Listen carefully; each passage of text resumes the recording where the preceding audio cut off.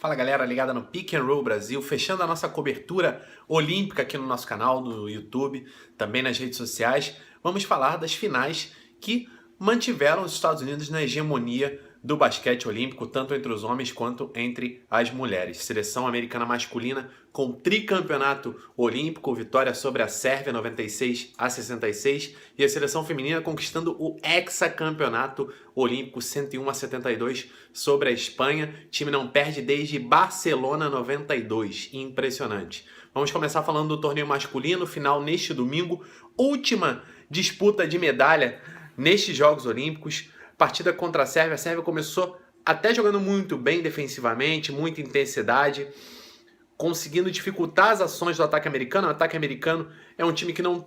Os Estados Unidos é um time que não tinha o entrosamento ideal, é um time que confia muito na individualidade de seus principais jogadores e quando o time ainda não está quente, tem dificuldade contra defesas bem postadas. O ataque sérvio também muito bem distribuído pelo Milos Teodosic, mas o time começou a amassar o aro a partir de determinado momento e a seleção americana começou a esquentar, principalmente o Kevin Durant.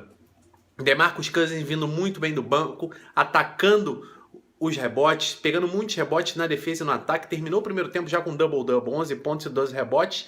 E o Durant comandando as ações, tendo uma partida espetacular, 24 pontos para ele. E o time começou a vir junto com o Durant, começou a embalar, começou a movimentar a bola no ataque. Quando a bola vai de um lado para o outro nesse ataque americano, os buracos começam a aparecer nas defesas e com tanto talento nesse time fica muito difícil você segurar.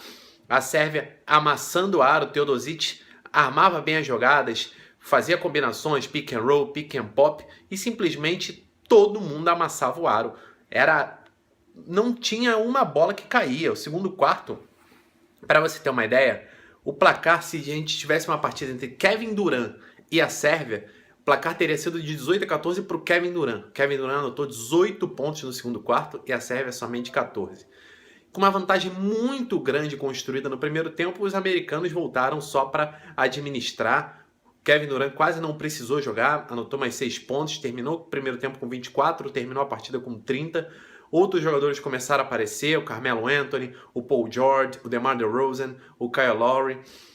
Mas a Sérvia não tinha mais o que fazer. Tentou jogar de maneira muito organizada, tirar a diferença com bolas de 3, mas as bolas não caíam. O Bogdan Bogdanovic chegou até alguns lampejos em quadra, mas não deu para o time sérvio. Os Estados Unidos conquistando uma grande vitória e ficando com tricampeonato olímpico para o Carmelo Anthony. Carmelo Anthony que também tem um bronze em 2004, naquela Olimpíada que motivou todo esse processo comandado pelo Mike Krzyzewski, o treinador brilhante dessa equipe, junto com o Jerry Colangelo na direção.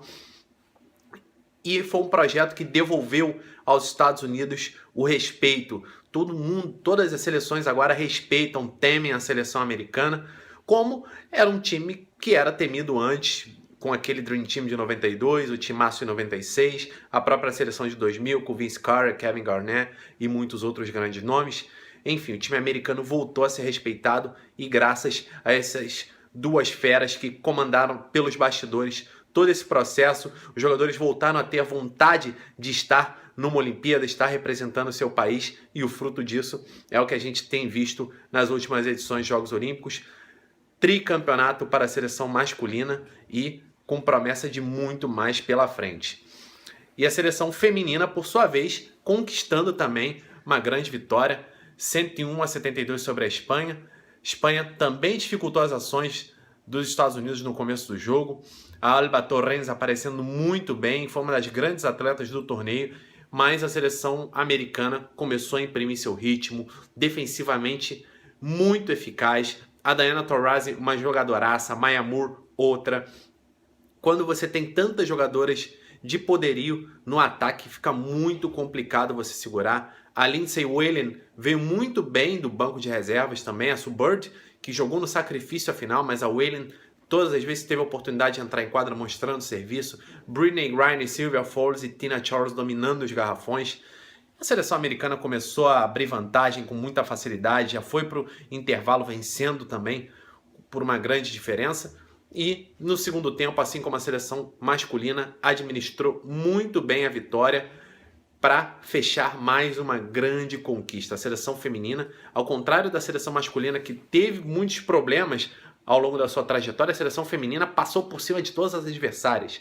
Não tomou conhecimento da concorrência, venceu todos os jogos por placares elásticos, pontuou como se não houvesse amanhã e mostrou o quanto é dominante. Não tem essa de jogadora que não vai por causa do Zika ou jogadora que não vai porque quer se poupar para a temporada. Não tem isso, vão as melhores. A seleção americana masculina a gente não teve Stephen Curry, Russell Westbrook e muitos outros nomes que não foram, LeBron James. Seleção feminina não tem isso, vão as melhores jogadoras do mundo e algumas que inclusive são nomes garantidos na lista das melhores jogadores da história do basquete. Não tem como você omitir dessa lista uma Diana Taurasi, por exemplo, uma Tamika Catchings, a Sue Bird, que entre as armadoras é sem igual, jogadoraça, é uma general dentro de quadra, afeta a partida de muitas maneiras sem arremessar, praticamente não arremessa ao longo das partidas, e um técnico que é um monstro sagrado.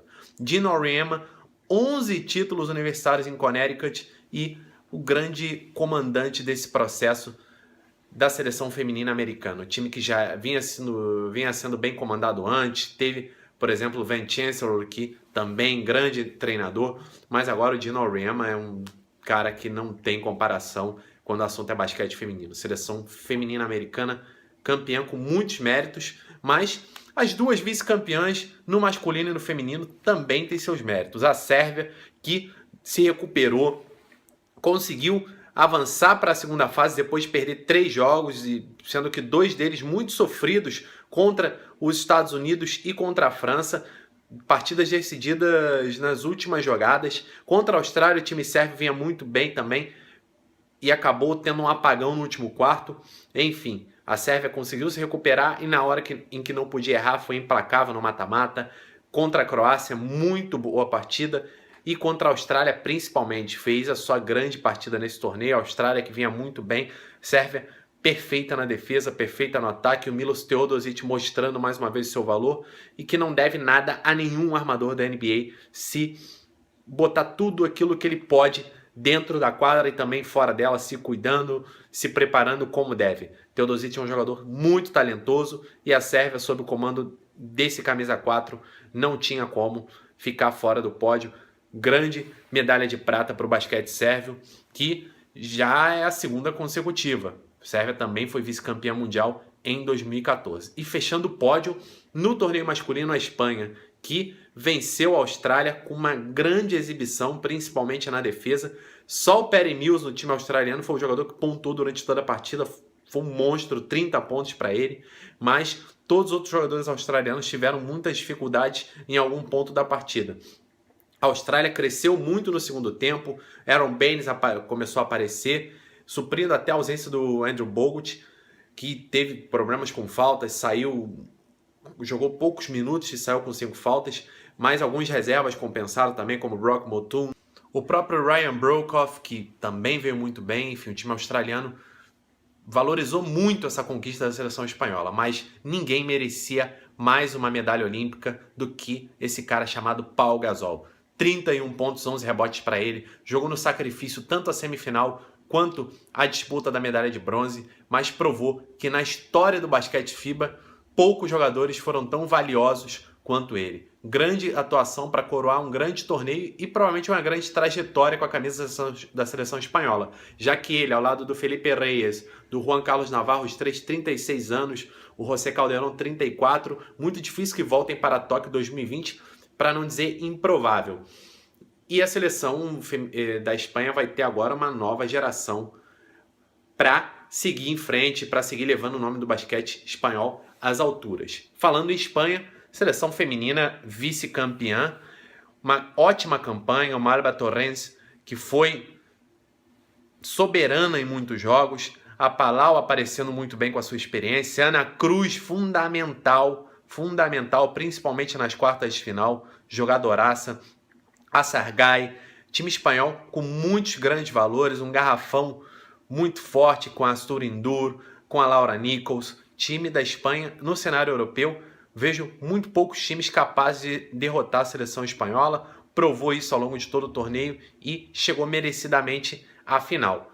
E a medalha de bronze no torneio feminino terminou com a seleção da Sérvia. Sérvia que, na sua primeira Olimpíada, a Sérvia vem surpreendendo, já tinha sido campeã europeia, com a Ana Dabovic no comando e conseguiu uma grande vitória sobre a França para fechar esse torneio com chave de ouro. Foi um jogo muito disputado, um jogo muito dominado pelas defesas, mas na parte final da partida a seleção da Sérvia soube fazer valer os seus grandes valores individuais, não só a Dabovic, a Milovanovic, que teve altos e baixos no torneio, mas terminou muito bem.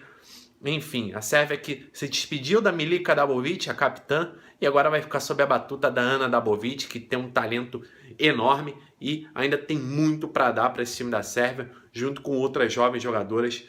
Enfim, a Sérvia vai ser um time que ainda vai incomodar muita gente nos próximos grandes torneios internacionais. É isso.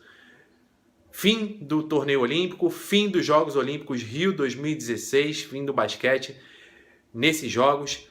Agora, a gente se vê num grande torneio somente em 2019, já que o novo calendário da FIBA, a Copa do Mundo da FIBA, será em 2019, não em 2018, como vinha sendo feita de 4 em 4 anos. Agora vai ser de 4 em 4 anos, mas trocaram um ano para não coincidir com a Copa do Mundo. Até lá, estaremos sempre aqui, atento ao basquete internacional, ao basquete FIBA de seleções. Agora teremos eliminatórias para o Mundial de 2019, muita coisa para rolar, grandes seleções. A gente se despede de alguns grandes nomes. É a última vez que a gente vê um Carmelo Anthony, é a última vez que a gente vê um Manu Ginóbili, um Pau Gasol, um Andrés Nocioni, um Dirk Nowitzki com a camiseta da sua seleção. Enfim, fica aqui o agradecimento a todas essas feras, principalmente esses grandes nomes que eu mencionei, que não vão estar no próximo ciclo olímpico, mas o agradecimento a todos esses jogadores que estiveram dando tudo de si para defender as cores do seu país e nos brindaram